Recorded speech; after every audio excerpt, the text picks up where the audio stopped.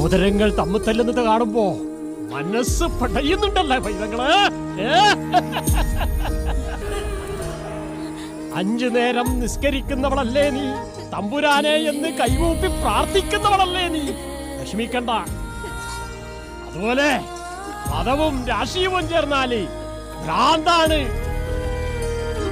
നെല്ലിക്കാത്തലം തലക്ക് വെച്ചാലും മാറാത്ത നട്ടഭ്രാന്ത്.